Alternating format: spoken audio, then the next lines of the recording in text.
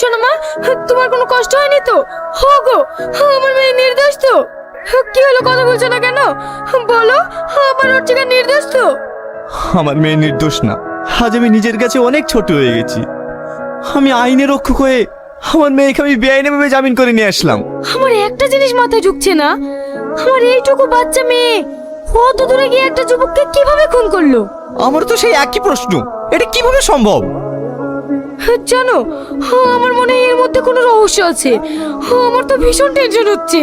ওসব বাদ দাও, কাল থেকে মেয়েটা ঠিক মতো খাওয়া দাওয়া করেনি, ওকে খেতে দাও, তারপর আমি দেখছি। ঠিক আছে, আমি খাবার নিয়ে আসছি, তোমরা ফ্রেশ হয়ে নাও।